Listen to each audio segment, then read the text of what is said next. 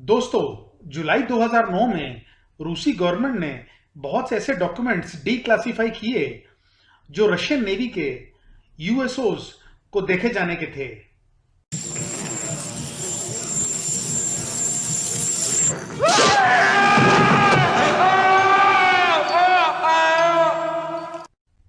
हैरान कर देने वाला तथ्य इन डॉक्यूमेंट से उभर के सामने आया जिसने दुनिया को आश्चर्य में डाल दिया।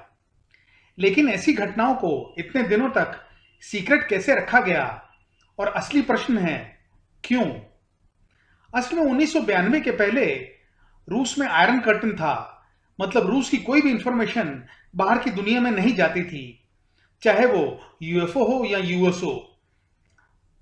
लेकिन रूस के टूटने के बाद जब ये डॉक्यूमेंट्स डीक्लासिफाई किए गए, तब जाके दुनिया को ये बातें पता चली। एक ऐसी ही घटना सामने आई जब एक रूसी न्यूक्लियर सबमरीन साउथ पैसिफिक में गश्त लगा रही थी कि तभी क्रू की नजर सोनार पे गई। सबमरीन उस समय 260 मीटर की गहराई पे थी और क्रू को सोनार पे 6 यूएसओ एक फॉर्मेशन में उनकी तरफ आते हुए दिखाई दिए। इससे ज्यादा हैरान कर देने वाली बात थी कि जिस स्पीड से वो पानी के नीचे सफर कर रहे थे, ये लगभग 450 किलोमीटर प्रति घंटे की रफ्तार थी। ये सबमरीन के स्टाफ के लिए एक बहुत ही डरावना समय था और उन्होंने ऐसा पहले ना कभी देखा था, ना ही एक्सपीरियंस किया था। इधर वो 6 यूएसओ तेजी से सबमरीन की तरफ बढ़ रही थी। ये सब देख के सबमरीन जैसे ही थोड़ा स्लो हो गई तो वो यूएसओ भी धीरे हो गई, और जैसे ही सबमरीन तेज चलने लगी वो भी तेज चलने लगे। रूसी क्रू को समझ नहीं आ रहा था कि वो क्या करें, और इसी के साथ उन्होंने सबमरीन पे मौजूद हथियारों की तरफ कदम बढ़ाए। सबमरीन के कैप्टन ने यह सोचते हुए कि कहीं वो चीजें इनसे टकरा ना जाएं, उसने सतह पर जाने का ऑर्डर दिया। सबमरीन के सतह पे आते ही क्रू ने देखा कि वो बाल बाल बच गए, और जब उन्होंने पेरिस्कोप से देखा तो उन्हें 6 यूएफओ तेजी से पानी से निकल के तेज गति से आसमान में जाती दिखी। डरे और सहमे हुए क्रू को यह समझ नहीं आ रहा था कि क्या ये एक हमला था या वो 6 यूएफओ अपने ही रास्ते पे जा रही थी और सबमरीन बीच में आ गई थी।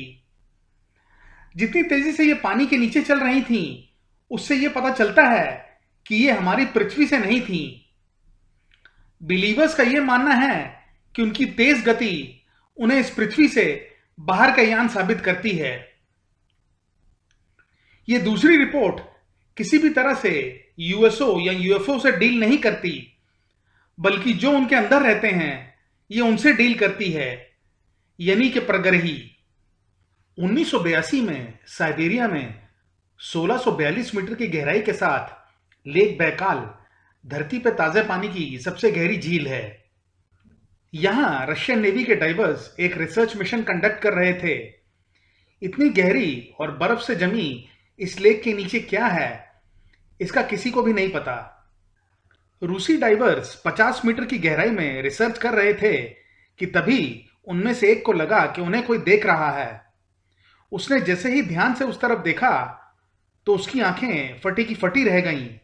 वहां उसे 9 फीट लंबे परग्रही दिखाई दिए, जिन्होंने सर पे हेलमेट नुमा चीज पहन रखी थी। ये दुबले पतले परग्रही इंसान जैसे लग रहे थे, और ऐसा लग रहा था कि उन्होंने टाइट सिल्वर कलर के सूट पहन रखे थे। और हैरानी की बात यह थी कि इनके पास ऑक्सीजन के सिलेंडर भी नहीं थे।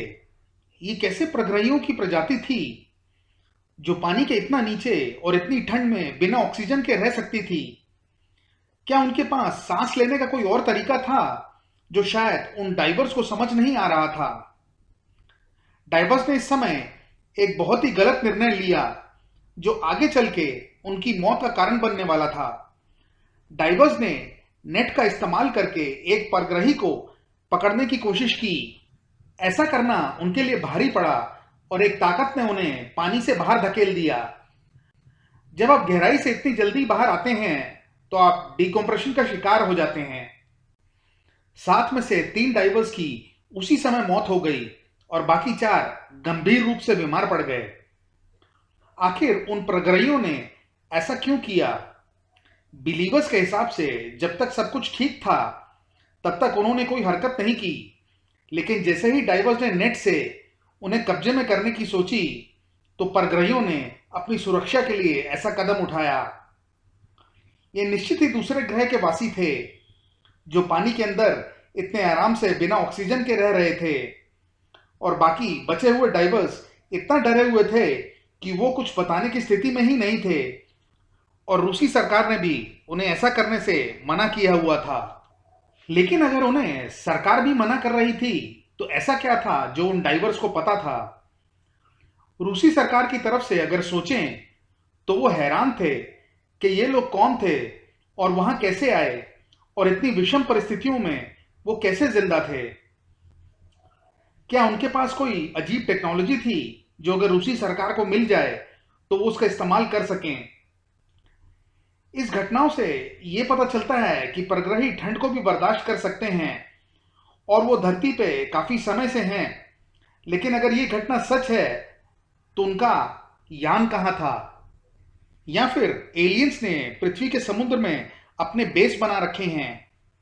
वैसे इस बात में दम है क्योंकि समुद्र का बहुत सारा हिस्सा अभी तक खोजा जाना बाकी है, और अगर किसी सभ्यता को छुपना है तो वो आराम से समुद्र में अपने बेस बना के सरकारों से आंख बचाकर रह सकती है। पृथ्वी पे मौजूद सरकारों के पास अभी भी ये टेक्नोलॉजी नहीं है कि वो समुद्र की गहराई में क्या है उसका पता लगा लें, और इससे अच्छी छुपने की जगह और कहां मिल सकती है। धन्यवाद। तो दोस्तों, ये था आज का हमारा वीडियो। आशा करते हैं आपको ये वीडियो पसंद आया होगा। अगर हाँ तो प्लीज इस वीडियो को लाइक करें और इसे अपने फैमिली और फ्रेंड्स के साथ शेयर करें। और अगर आप हमारे चैनल पर पहली बार आए हैं तो इस चैनल को सब्सक्राइब जरूर करें, और साथ ही साथ बेल आइकन को भी दबाना ना भूलें ताकि आपको हमारे अगले वीडियो की नोटिफिकेशन मिल सके। तो चलिए, आज के लिए बस इतना ही।